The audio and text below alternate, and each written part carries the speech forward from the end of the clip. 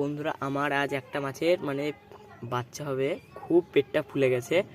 ওটা আমি আলাদা জায়গায় রাখবো, না হলে বাচ্চা হলে অন্য মাছে খেয়ে নেবে। চলো তুলে দেখানো হচ্ছে। তো বন্ধুরা আমি মাছটাকে অলরেডি ধরে নিয়েছি, তো তোমরা দেখ। তো বন্ধুরা এই যে মাছটার কথা বলছিলাম না, এই দেখো এই যে মাছটার কথা বলছিলাম, এই যে সেই মাছ, এই দেখো, এই দেখো সেই মাছটা। তারাও তোমাদের ফ্লিপ ক্যামেরা করে দেখাই। এই দেখো সেই, এটা গাপ্পি মাছ। এই যে আমি এখন মগের ভিতরে রেখে দেবো। এই যে মাছটা। এবার আমি কিছু কচুরিপানা দেবো।